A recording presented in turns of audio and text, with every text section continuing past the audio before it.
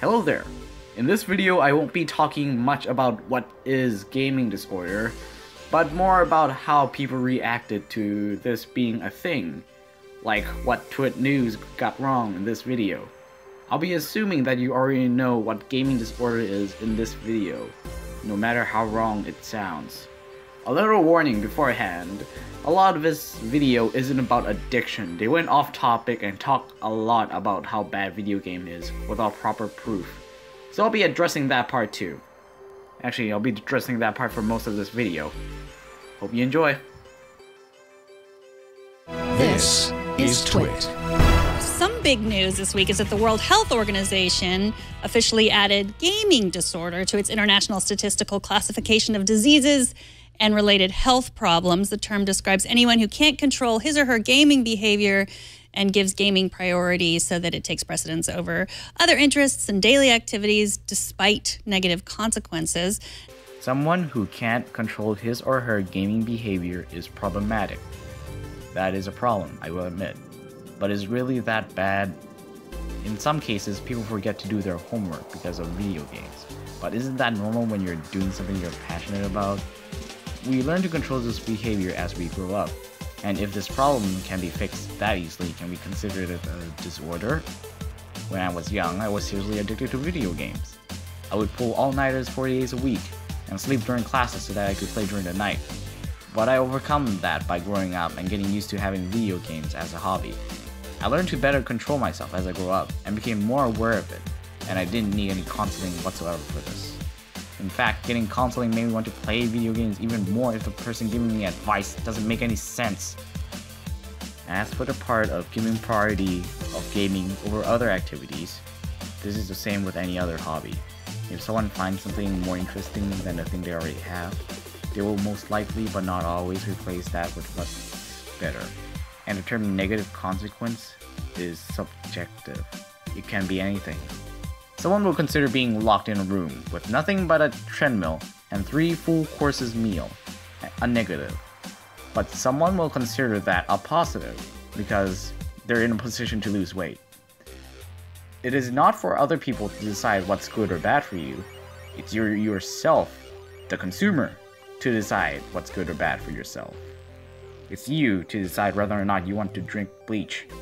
Experts and video game lovers have had mixed responses to the news. Some wonder why gaming has been called out specifically and how it's any different than gambling addiction that already has been classified as a disease.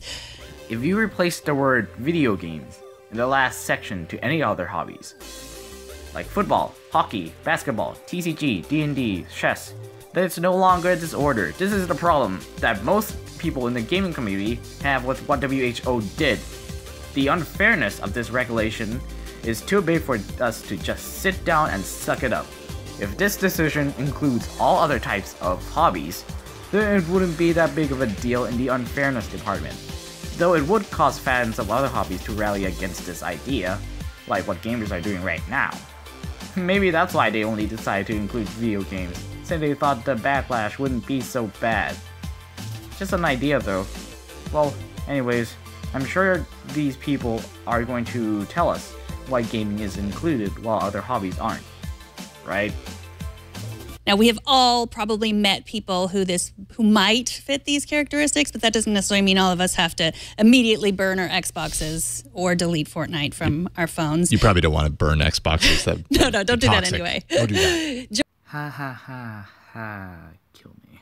Joining us to talk about this is Dr. Mike Bishop, founder of Summerland Camps, a program for kids who have lost their way with online distractions. Welcome back to the show, Dr. Mike.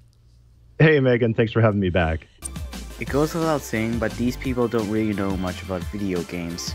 If this is the person they decide to invite to discuss about this topic, because the majority of gamers are roughly around the age of 33, where kids make only a small portion of it.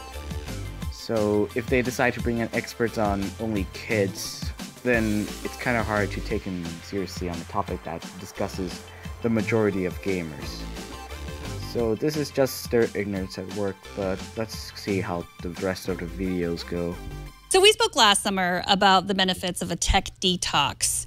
So Yes. tell us now your thoughts on this news of the gaming disorder designation. It is as unnecessary as accusing bleach of killing people who drank it. Well, I think it's great that this is great news because What? it opens up potential insurance reimbursement for families.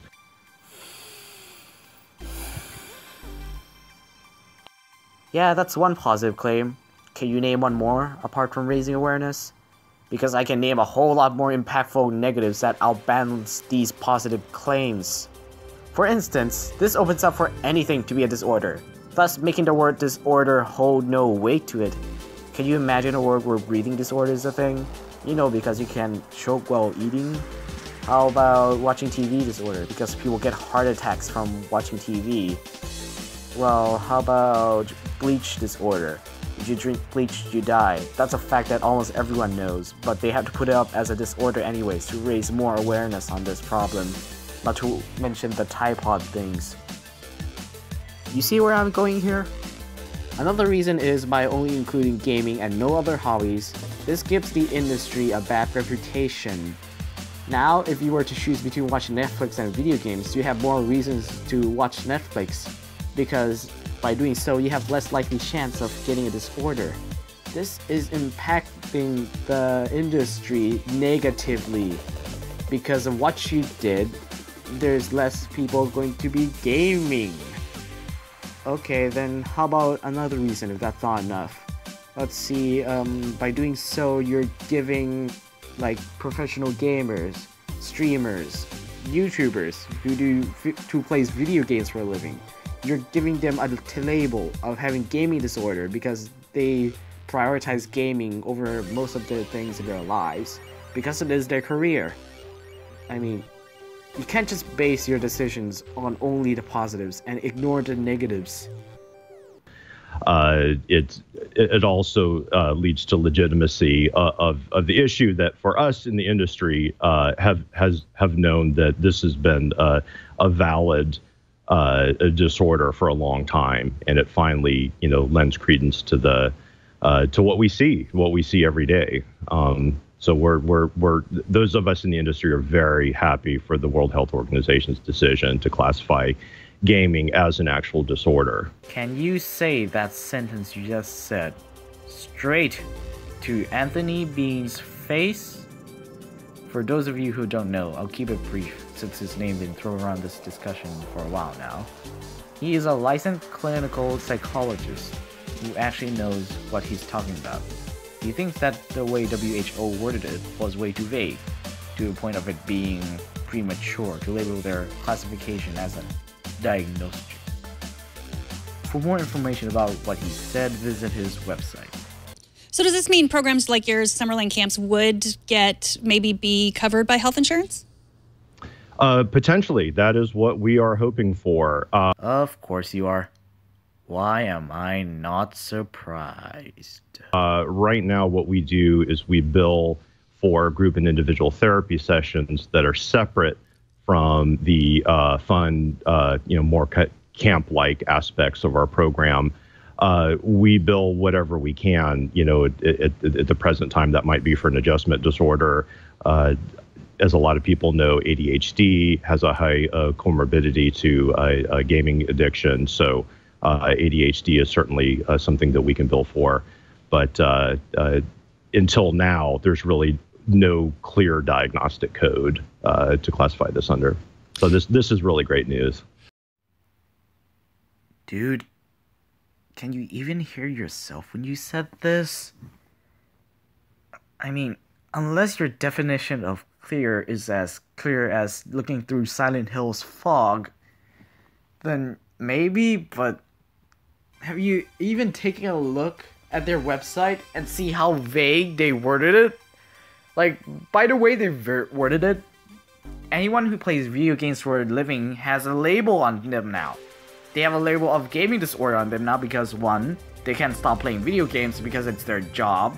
2, gaming is their top priority in their career because it is their career. And 3, they continue to play despite a negative health condition because this is their job and they need to do it to make money. Can you even hear yourself right now? Like, how are you even a doctor? Like, how did you even graduate it? Like, it's so vague. Do you need me to explain the definition of vague to you or something? I'm a high school student, for fuck's sake. I have to imagine that reaching the point where the World Health Organization steps in to qualify something like this arrives on the back of a lot of research to support it, obviously. Do you feel like there's enough research at this point to support that? Obviously, they did, but what can you tell us about kind of the background there? Rather gaming disorder is real or not, I would still complain about why gaming is the only thing listed. To me, gaming addiction is real. A guy in Korea died of cardiac failure from exhaustion because he's been playing video games 3 days straight. There's also other contribution to his death, but there's no denying that he pushed playing video games way too far. But something like this also happens to other hobbies. There's athletes who die from playing sports, like Reggie Lewis, who died during his training due to this. These people dedicate a lot to their hobbies, whether their name are well known or not. I respect them. But if your reasoning for including gaming as a disorder, because it can make someone so committed to the point of causing their death, why is it the only thing listed on the new ICD? Well, other sports also have the same problem. Yeah, there has been a wealth of research that's come out really in the last 10 to 15 years, not only on video game addiction, but social media overuse, misuse. We certainly have entire journals now dedicated to the effect of media on violence and aggression. Video games does not cause violent tendencies. They make you more aggressive. But aggression isn't always bad. Aggression helps you complete your goals. It helps motivate you so that you can do what you need to accomplish said goal. Also, violent and aggression has nothing to do with addiction. Why are you even bringing this up? A lot of studies we saw came after the Columbine shooting. Don't tell me this is where you're going. A lot of people don't know that. So those boys that were involved in, kind of the first school shooting that started this, string of school shootings we've had, they were obsessed with the game Doom. Yep, this is where we're going. This is where we're going, everyone. Bear with me, everyone. This will be over soon enough. And to clarify, I feel sorry for anyone who falls victim and anyone who has lost their loved ones in this tragedy. But with all due respect, people who accuse video games of these crimes deserve a bit of criticism. So much to the point where they actually broke into the code and gave themselves unlimited lives. A lot of people, adults and kids alike, play Doom. Rather it's the old Doom or the new Doom that comes out. E3 hype! It would be rare to not see someone play this game, and the fact that they cracked the game doesn't have anything to do with addiction. It just means they know how to Google search how to crack a game. Like, this is on YouTube everywhere. How to hack for gems, how to hack for crystals, name it. And what are you going to accuse of next? Someone who brings a turret to an airsoft game is accused of being the next terrorist? What? At that point, a lot of researchers said, there's something with video games and the way it affects young people, the way it affects our perception of violence, the way it desensitizes us to violence, and also how it kind of draws us in. We know that violent video games are linked to increases in hostility and so forth, but there's really no evidence to suggest that such violent media is linked to these shootings or really any real-world violence. That what we find in our laboratory studies are very small effects affecting our thoughts, our cognitions, but not so much affecting our actual real behaviors. Anyone can just go on a job board now and search for video game psychologist and see that these video game companies are actively recruiting research psychologists, clinical psychologists, and you got to ask, why are they doing that? So that the company can make products that can appeal to the consumer. You see, video game industries is a business. They have consumers that they need to please. which is us. And psychologists and the marketing team help the company appeal to the audience, made so that the audience and the company can have a good consumer and producer relationship. Like Digital Extremes, for example, who always talk to their audience either through Twitter or live streams. These are billion-dollar companies, and their loyalty is not to the mental health of a teenager. The game company's job isn't to take care of our health. It's to entertain us, you moron. It's our job as the consumer to choose what is it we want. It's not the bleach company's job to stop us from drinking bleach.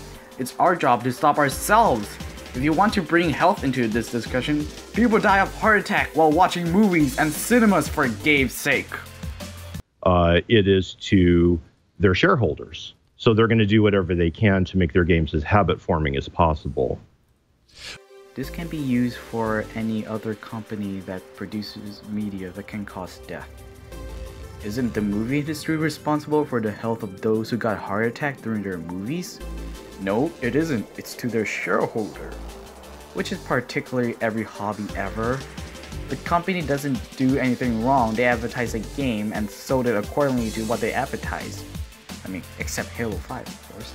It was us who choose to buy the game because it was advertised accordingly to what we appeal to. Wait, why am I explaining the concept of marketing in an argument about addiction? This is going way off topic. One question I have is kind of a follow-up on that, because it's interesting that, you know, you kind of bring up the long-standing argument, you know, the people are either ardently for or against this idea that video games can, you know, foster kind of violent tendencies. But there's really no evidence to suggest that such violent media is linked to these shootings or really any real-world violence. That what we find in our laboratory studies are very small effects affecting our thoughts, our cognitions, but not so much affecting our actual real behaviors. Outside of the virtual world. Are you, in your experience, I mean, you're working with kids on a regular basis. Obviously, you can't talk about anyone in particular, and we don't want to know that, but right. Are you kind of seeing the flip side of that, the meeting the kid that you kind of feel through your interaction with them that, like, doing this experience may have actually kind of prevented something like that to that degree? Because that's a very serious degree, and maybe it's hard to even know whether that's a possibility or not. It's not an argument, because if it's true, then America would be in the same state as the Purge right now. Yeah, and I think this almost warrants its own conversation that could, I mean, you know, this is a hotly debated topic. Sure. However, the American Psychological Association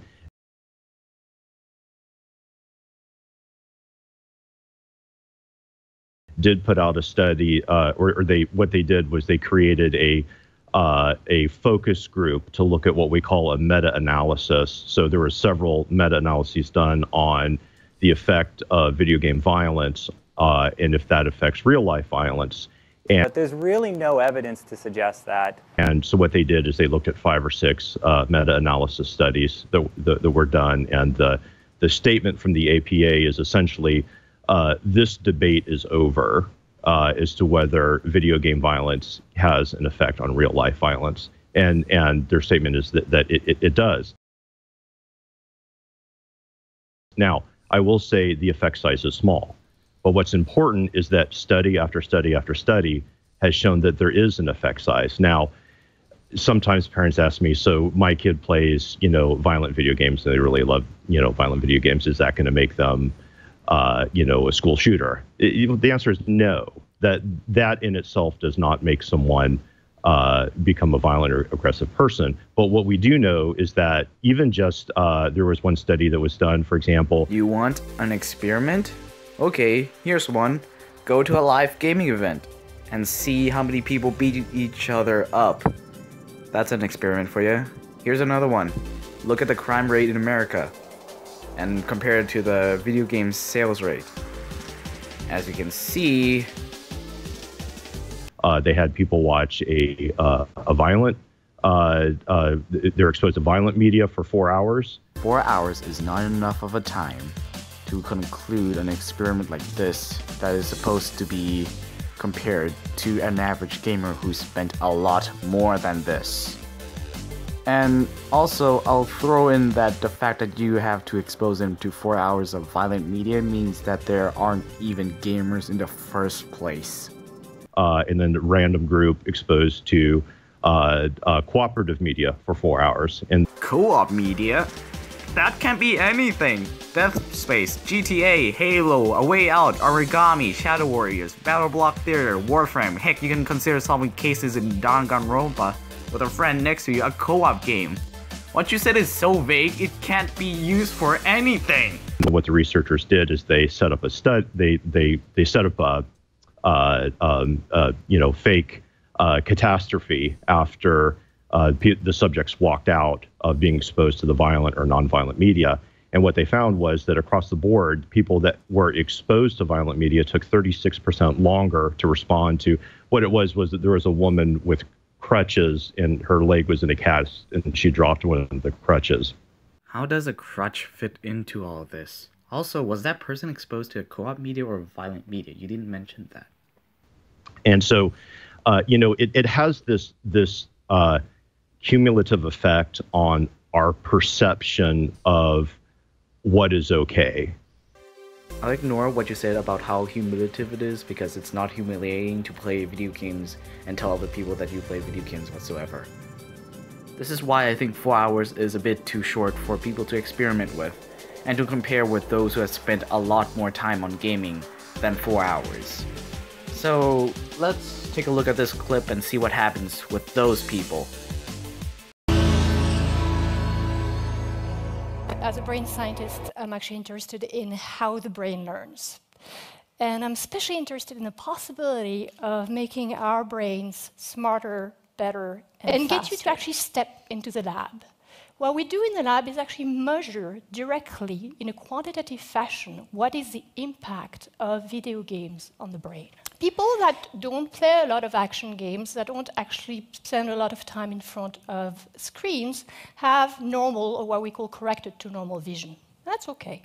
The issue is what happens with these guys that actually indulge into playing video games like 5 hours per week, 10 hours per week, 15 hours per week. By that statement, their vision should be really bad, right?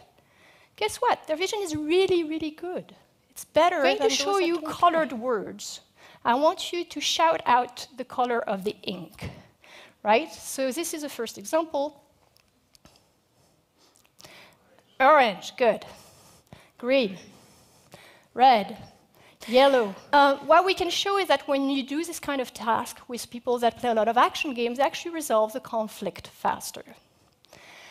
So clearly, playing those action games doesn't lead to attentional problems. Actually, those action video game players have many other advantages in terms of attention. And one aspect of attention which is also improved for the better is our ability to track objects. So your typical normal young adult can have a span of about 3 or 4 objects of attention. That's what we just did. Your action video game player has a span of about 6 to 7 objects of attention, which is what is shown in this video. We can use brain imaging and look at the impact of video game on the brain. And we do find many changes, but the main changes are actually to the brain networks that control attention. So one part is a parietal cortex, which is very well known to control the orientation of attention. The other one is the frontal lobe, which controls how we sustain attention. And another one is the anterior cingulate, which controls how we allocate and regulate attention and resolve conflict. Now, when we do brain imaging, we find that all 3 of these networks are actually much more efficient in people that play action games. I only showed you the points she made, but her reasoning is really solid. So I am suggesting that you should go and watch that video and how it really affects people.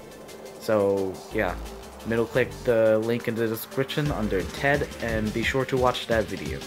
Let's continue. Claims that you made about video games slowing our attention speed, that is bullshit, and our reaction speed, that is absolute bullshit, and I still don't know what the crutch is about. Anyways, he said violent media, so it's not video games. So you can't just lump all violent media together. That is why your explanation and your reasoning is not solid, because even a high schooler can see through that explanation of yours. Also, this has nothing to do with addiction, which is what WHO put up. So why bring it up? Seriously, why did you bring it up? And you also have to think that when you're playing a violent video game, it's stimulating your fight or flight part of your brain. And yeah, you get choices like that in video games and other sports too, where you have to attack or you have to score some points. So what's your point? Maybe I'm just really bad at comprehending the stuff, but I seriously don't know why you brought up all these unrelated stuff to talk about addiction, which you haven't mentioned in the last few minutes. So, can you please stop straying from the topic?